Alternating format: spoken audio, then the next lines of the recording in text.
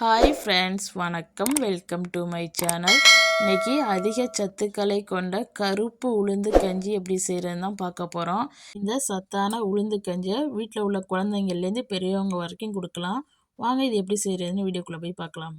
ஒரு கப் அளவுக்கு கருப்பு உளுந்து எடுத்துருக்கேன். உடைச்சது உடைக்காது எது வேணாலும் எடுத்துக்கோங்க. இப்போ இதில் தண்ணி சேர்த்து நல்லா இதை ஒரு டைம் கழுவி எடுத்துக்கலாம். இதில் அழுக்கு எதுவும் இருக்கும். கழுவிட்டு தண்ணியை வடிச்சிட்டு காட்டன் கிளாத்தில் இந்த மாதிரி கொட்டி நல்லா பரப்பி விட்டு காய வச்சு எடுத்துக்கோங்க.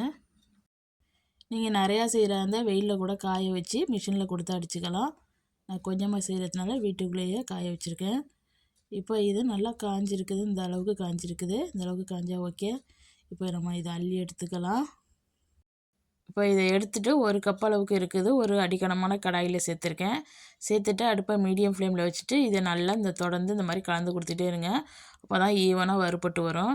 நம்ம சேர்த்துருக்கிறது கருப்பு உளுந்துங்கிறதுனால அது வறுபடுறது தெரியாது.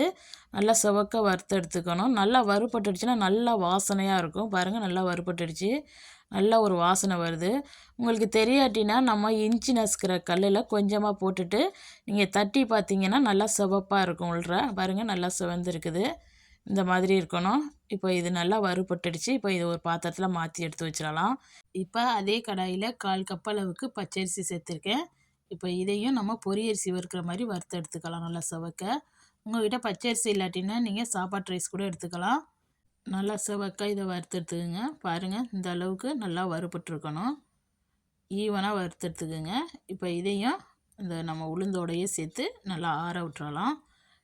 இப்போ நல்லா ஆறிடுச்சு. மிக்சியில் போட்டு நம்ம இப்போ அடித்து எடுத்துக்கலாம். நீங்கள் நிறையா செய்கிறதா இருந்தால் மிஷினில் கொடுத்து அரைச்சி ஸ்டோர் பண்ணி வச்சுக்கிட்டிங்கன்னா நம்ம தேவைப்படும் போது நம்ம டக்குன்னு இதை யூஸ் பண்ணிக்கலாம்.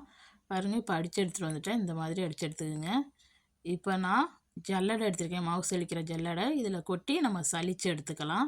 இந்த மாதிரி நம்ம சலிக்கிறதுனால திப்பி திப்பியாக இல்லாமல் நல்லா மாவு சாஃப்டாக கிடைக்கும். இப்போ சலிச்சாச்சு. பாருங்கள் எவ்வளோ கப்பி இருக்குதுன்னு. இதை தனியாக கொட்டிட்டு இப்போ நம்மளுக்கு மாவு ரெடி ஆகிடுச்சு. இந்த மாவை ஒரு கண்ணாடி பாத்திரத்தில் போட்டு ஸ்டோர் பண்ணி வச்சுக்கிட்டிங்கன்னா நீங்கள் தேவைப்படும் போது நம்ம இந்த மாதிரி உளுந்து கஞ்சி, உளுந்து களி எல்லாமே இதே மாவில் செஞ்சுக்கலாம். இப்போ இந்த மாவுலேருந்து நான் ஒரு 4 டேபிள் ஸ்பூன் அளவுக்கு ஒரு பாத்திரத்தில் எடுத்துக்கிறேன்.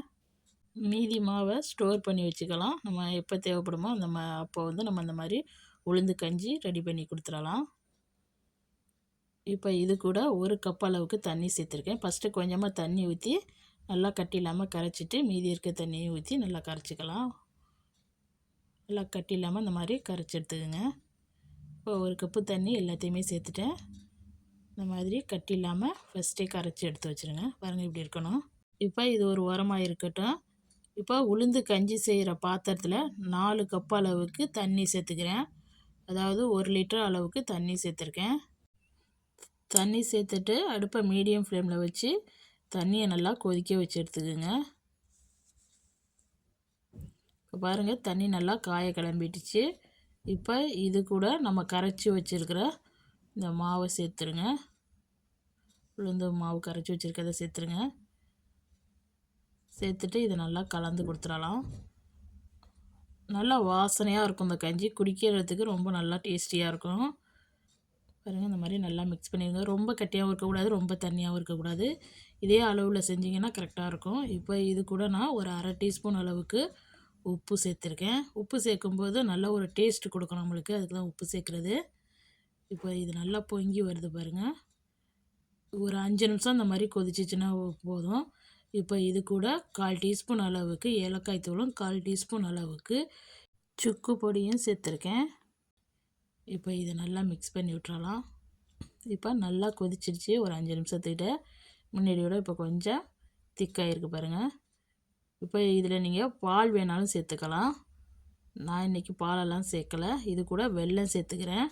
1/2 கப்பு அளவுக்கு நாட்டு சர்க்கரை சேர்த்துருக்கேன்.